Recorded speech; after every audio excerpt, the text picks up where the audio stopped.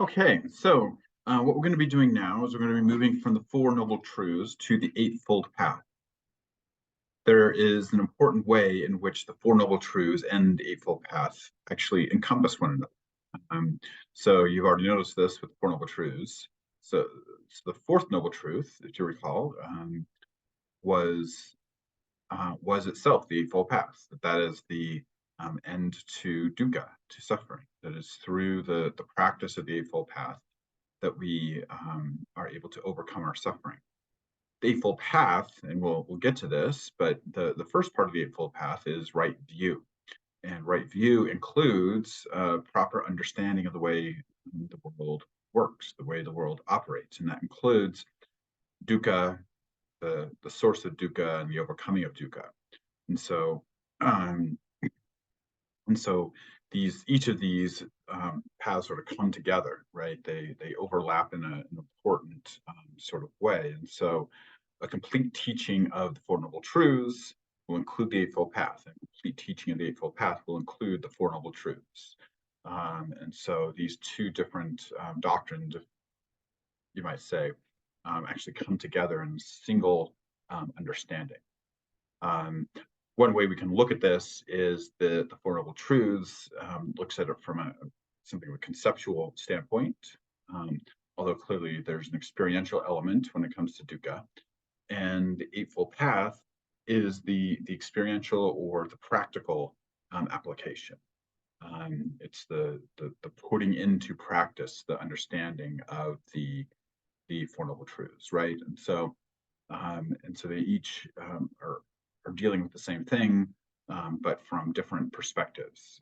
So so that's a way to see these things working together. These two doctrines, these two lists, are the core elements of Buddhism. All forms of Buddhism will look to these two as their starting points. So um, we have different prescriptions, creeds, and all sorts of things in different religions. And here within Buddhism, the two that could be held as the unifying factors of all Buddhism will be the Four Noble Truths and the Eightfold Path. So let's go ahead and get started and take a look at what the Eightfold Path is.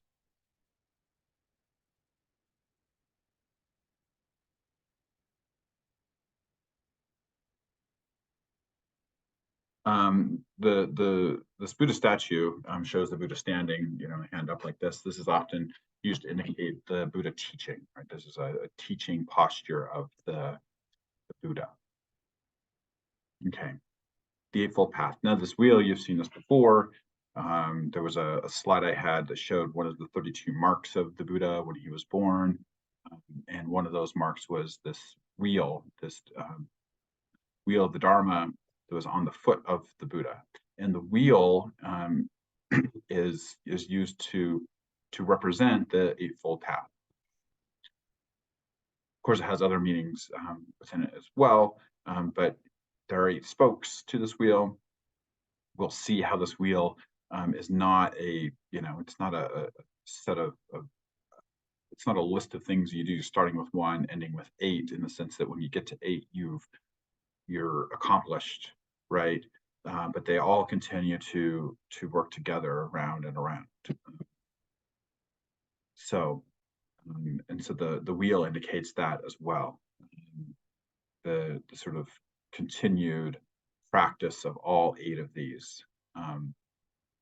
So, okay, so what are they? I have in parentheses there the Pali of each of these. But this is the Eightfold Path, and each of these can be translated slightly differently. So you might see different versions. One thing of note as well, if you read the Thich Nhat Hanh book, he engages these in a different order than the traditional order of the Eightfold Path. I'm going to stick to in this discussion, in these discussions going forward, I'm going to be sticking to the traditional order. Today, we're going to be looking at just a portion of the Eightfold Path. So we'll talk about why that is and what portion. But this is the Eightfold Path. So it begins with right view. sometimes translated as right understanding, right thought. We'll see that there are other translations such as intention and so on there, right speech, right action, right livelihood, right effort, right mindfulness, and right concentration. I've seen it translated as right contemplation as well. Now, you can look at these and see that, maybe get a sense just from the wording what they may or may not be about. Traditionally, these have been divided into 3 different sections. So the first 3, I apologize, that's not correct. First 2, I put the virtue in the wrong spot. The first 2 are I'm actually going to fix that as we go. But the first 2 come under what are called the wisdom elements of the Eightfold Path, and these are intended to sort of capture the thought, the understanding that is important to Buddhism. You'll see with right thought, or again, we'll see it as right intention as well, that there is a strong connection with the virtue elements. Now, virtue elements, the right speech, right action, and right livelihood, those are the ethical components of Buddhism. So, so those are the behaviors, the actions that are important for following the Buddhist path. And then finally, we get the meditative or contemplative elements. And so that's right effort, right mindfulness, and right concentration. Now, you can probably see how each section of these kind of has their own emphasis. But things like right effort, for example, and right thought are going to be very similar. Right effort is going to be more closely associated with the meditative components, but it's not distinct from right thought, which will be associated both with the wisdom and the virtue elements of the Eightfold Path. So we're going to take each of these in turn. So today we're going to focus on 1 and 2, right view and right thought, the wisdom components. Next time we'll look at virtue elements, so right speech, right action, right livelihood. And then we'll round that out with a third discussion, which will be on the meditative components, right effort, right mindfulness, and right concentration.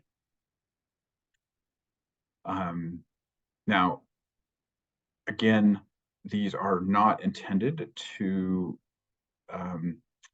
be in an the order is not intended to say that once you've passed right view, you can move on to right thought. The meditative components, part of what they're about, and one might say primarily what they're about, is actually wisdom, is understanding, right? It's through the meditation that we come to right view, at least a deeper understanding of right view. So they all kind of work together. In addition, the virtues, right? Those are a part of acting in a wise way in the world, and so they also are closely connected with the wisdom elements. So, all right. So, wisdom. So both right view and right thought or intention. So let's take a look at right view. What is right view? In Buddhism, we don't talk a lot about belief in the sense of believing in a supernatural being or anything of that sort. But we do have this component, right view. And so there's a sense in which there is a certain way of looking at the world, which will be of particular importance. Now, all 8 of these, right? Remember, the goal here is the overcoming of dukkha, of suffering. And so we need to think of things like right view in that vein. As far as right view goes, it's important also for Buddhism to think about it in terms of what is not right view, or views that get in the way, right? And so just as problematic for Buddhism, it's not, what we do believe about something, but um, it's the seeking of and the beliefs themselves that can get in the way of overcoming suffering, right? And so right view includes this notion that we need to be careful not to get ourselves wrapped up in views themselves, right? Not get ourselves wrapped up in beliefs themselves when that can just cause problems. All right, so what is right view? First of all, right view is about understanding the Four Noble Truths, everything we've been talking about so far. Okay, so understanding um, what dukkha is and where dukkha comes from, as well as the way in which dukkha can be overcome, right? And so, and this, goes a long ways in terms of goes a long way in terms of helping us deal with our suffering, right? That if we begin to understand where it is and why it is, uh, I'm I'm feeling a certain way, right? Why it is that I am dissatisfied with existence. If I can begin to understand like what's causing that, what the source of that is, some of that the sting of that can begin to go away. And so, just by understanding the very basic um, um, suffering and its cause, can be the first step in the path of undoing that, right? Um, Secondly, we need to understand this connection with um, the vices or poisons, right? That it's our attachment, aversion, and ignorance that cause our suffering, um, and and of course, ignorance here. We're talking about right view, and so right view is self wisdom, right? Is the overcoming of that particular poison, um,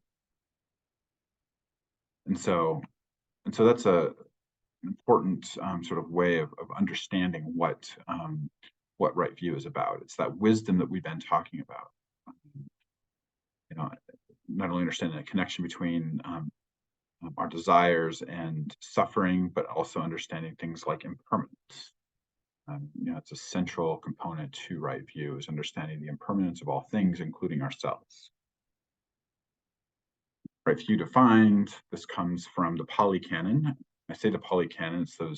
It's those scriptures that are in the sayings book, and are part of those original Buddhist scriptures. So, what is right view? Knowledge with regard to stress, knowledge with regard to the origination of stress, knowledge with regard to the cessation of stress, and knowledge with regard to the way of practice leading to the cessation of stress. This is called right view.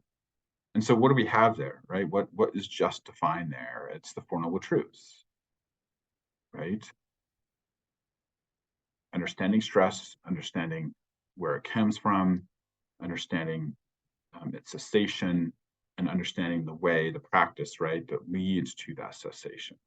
So right view can be defined then, the most basic way, as the Four Noble Truths, getting to the bottom of what the Four Noble Truths are.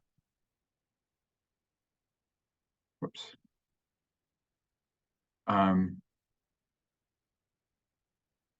In addition, right view means that we need to have both right effort and right mindfulness. And this is one of the reasons why Thich Nhat Hanh moves mindfulness up towards the beginning, right?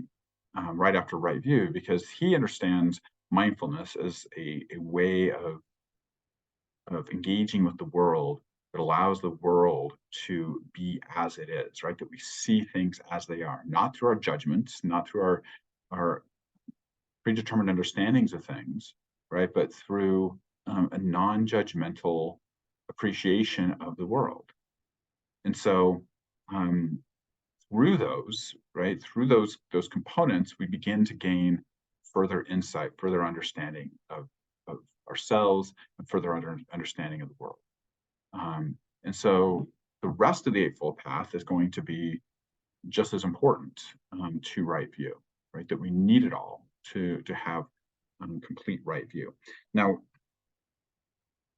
one way of thinking of right view is we can have a preliminary right view, right? It's sort of that basic understanding, that maybe this is the understanding that those first 5 students got. The basic understanding of things, right? But we don't truly understand until we've put the Eightfold Path into practice. And so the path itself becomes part of right view, right? Like right view incorporates within it the Eightfold Path because it's the rest of the Eightfold Path, because it's in engaging in the Eightfold Path that we develop our view, right view, right? Or undo our negative views or wrong views, which again, that's just as essential. So metaphysics and religion. The work that I had you read, the short dialogue with Malunkia, was a dialogue between the Buddha and one of his monks, one of his students. And in that, that monk, right, is sitting around, probably meditating, but only sort of, is rather spending most of his time thinking about these sort of basic um, metaphysical questions, right? Does the world exist forever? Is there a beginning to the world? Will I exist forever, right? Or do I have an eternal self? Does a Buddha exist forever? Does the Buddha have an eternal self? These difficult metaphysical questions. And part, again, of right view is understanding which of these questions actually leads to more suffering.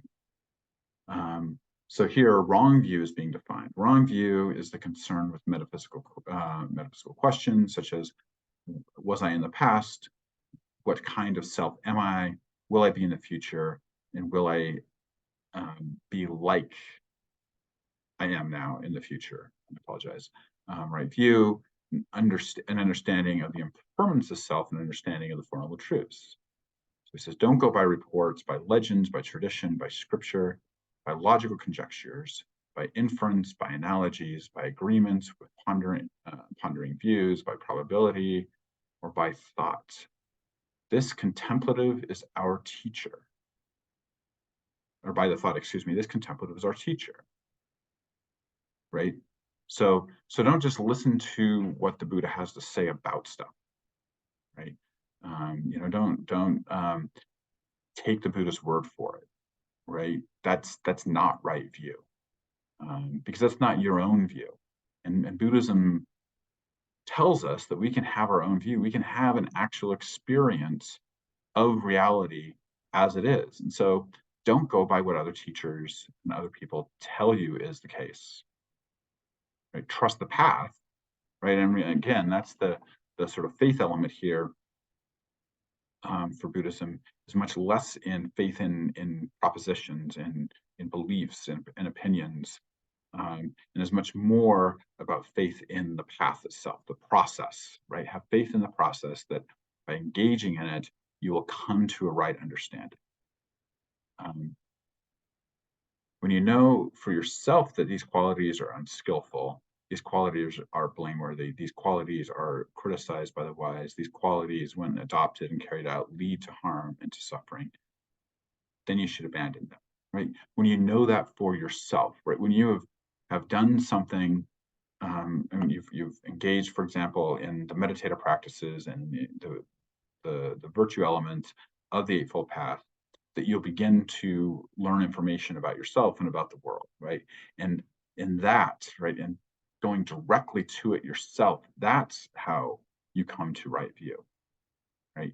Not by deciding one day that what you hear from someone else is correct, right? And so it's this very radical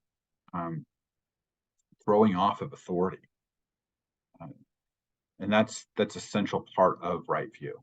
Now, I'm not going to talk about sort of right now, sort of all these basic Buddhist teachings that we might incorporate into right view, saying, well, understanding the self in a certain way is right view, understanding the dual nature of reality is right view, and so on, right? Because all those are incorporated, all those are part of this, and we'll get to each of those.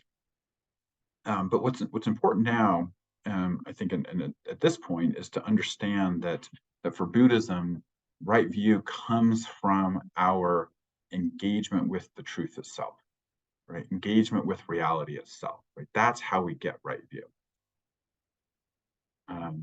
Right? I've taught you the Dharma, work out your own salvation. Now, what does that mean? That means that I've taught you the practice, right? I haven't taught you just the truths, right? Maybe I've told you some things about the self or about causation or whatever that I've learned through this, right? But what I've really taught you is how to understand those truths yourself, right? How to come to those and know those things for yourself.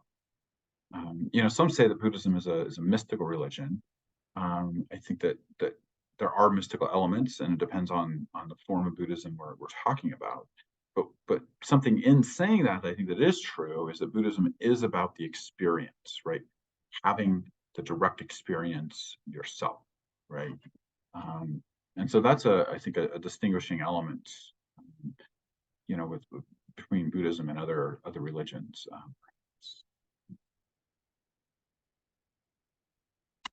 Okay, so we have right view. Now, right thought, intention, or resolve.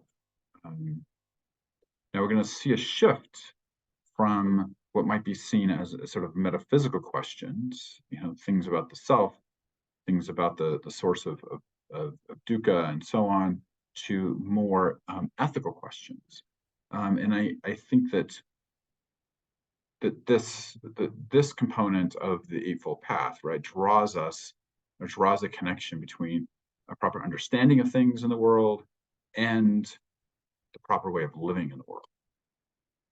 So what is right resolve? Right, right resolve is being resolved on renunciation, on freedom from ill will, on harmlessness. This is called right resolve. So right at the beginning here, what do we have, right? We have a recommendation on how to live, right? Resolve on renunciation, right? Giving up those things that cause us suffering, our attachments and desires and so on. Freedom from ill will, right? This is that loving kindness element. Don't just sort of push things away, but have a certain type of acceptance. And on harmlessness, this is a very core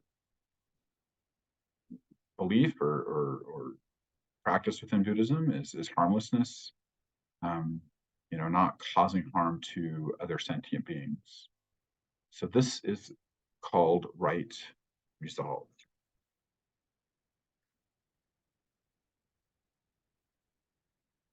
So he says here, monks, before my self-awakening, when I was still just an unawakened bodhisattva, the thought occurred to me, why don't I keep dividing my thinking into two sorts? So I made thinking imbued with sensuality, thinking imbued with ill will, thinking imbued with harmfulness, one sort, and thinking imbued with renunciation, thinking imbued with non-ill will, and thinking imbued with harmlessness of another sort. And as I remained thus heedful, ardent and resolute, thinking imbued with sensuality arose in me. I discerned that thinking imbued with sensuality has arisen in me, and that leads to my own affliction, or to the affliction of others, or to the affliction of both. It obstructs discernment, promotes vexation, and does not lead to binding. So again, here's a good connection between right view and the virtues. And why is that? Well, what did the Buddha do here, right? Even before awakening, the Buddha began to do what Nachiketa in the Katha Upanishad did, right, was divide the world according to Preya and Shreya, or actions and feelings and stuff according to Preya and Shreya. And here we have the Buddha doing the same thing, right? Dividing those things which are harmful and those things which are helpful. And then when things arise, right, when feelings arise within us, we can say, oh, this is a helpful feeling. Oh, this is not a helpful feeling. How do we know that? Well, those feelings which lead to more affliction, either to myself or to others, right, those are harmful feelings, harmful experiences. Those ones that do not lead there, right, those are going to be helpful or acceptable ones, right? And notice here, and we'll talk more about this when we talk about the ethics of Buddhism, but notice that what's important here is what is harmful to oneself or to another, right? It's not that the rule itself or that some rule is created and that following the rule is what's important. Rather, it's what causes help or harm to oneself or to another that becomes important, right? That becomes the test. And so we can begin to train our mind, train our thinking based on dividing up our experiences in this sort of way, right? And that's what the Buddha was teaching here with right thought, intention, or resolve. Of course, as I just mentioned, right, there's this connection between right resolve and virtuous behavior. Of two people who practice the Dharma in line with the Dhamma, having a sense of Dhamma, having a sense of meaning, one in whose practice for both his own benefit and that of others, and one who practices his own benefit but not that of others, the one who practices his own benefit but not that of others is to be criticized for that reason.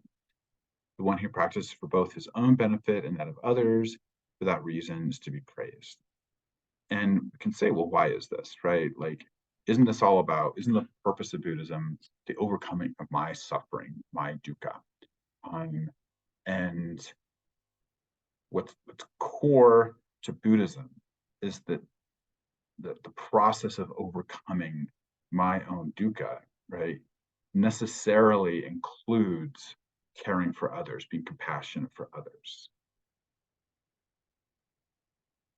Right? Remember, the antidote to aversion is loving kindness.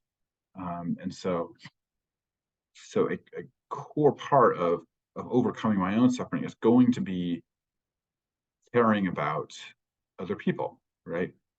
Or acting in a way that cares about or cares for other people. Secondly, when we mentioned that the Buddhist notion of self is that there is no permanent self, right? And so my own experience and someone else's experience are not radically distinct from one another, right? That my own suffering, my own dukkha is not distinct from the suffering and dukkha of another. Now, this idea is going to become the jumping off place for Mahayana Buddhism. So the form of Buddhism that we'll be talking about when we talk about Zen, for example, will essentially begin with this place, right? That my suffering and other suffering is indistinguishable. But here, even within the Theravada tradition, we already hear that, right? That my practice of the Dhamma, to be a complete practice of the Dhamma, needs to be worried about the benefit of others and not just myself. Okay. So that's right intention or right resolve, right? So it's connected directly to my resolve to be to practice those three virtues that we've mentioned, right? The non-attachment, the loving kindness, and wisdom, and so is again a link between this right view discussion and the ethics, meaning that the part of wisdom is going to be understanding how we are not radically distinct beings, and how my actions need to be actions of loving kindness and compassion. Right? And so that's right resolve. And so we've looked at right view, right resolve, the wisdom um, elements of the Eightfold Path. So next time we'll pick up more directly the virtues, and at right speech and right action, right livelihood, and then we'll follow that at the end, the discussion of meditation. So right mindfulness and right concentration, and then we'll continue to see how all of these work on these are all spokes, right, of that wheel that all work together and come to the same goal in the end, right? Um, so where are we, right? What have we looked at? Again, I fixed the first one, but you know, this one still needs to be fixed. But we have wisdom, which is the right view and the right thought. Next time, virtues, which will include right speech, right action, right livelihood. And then the meditation, which will include right effort, right mindfulness, and right concentration. We'll see how these continue to build on one another. Thanks again for listening, and we'll talk to you next time.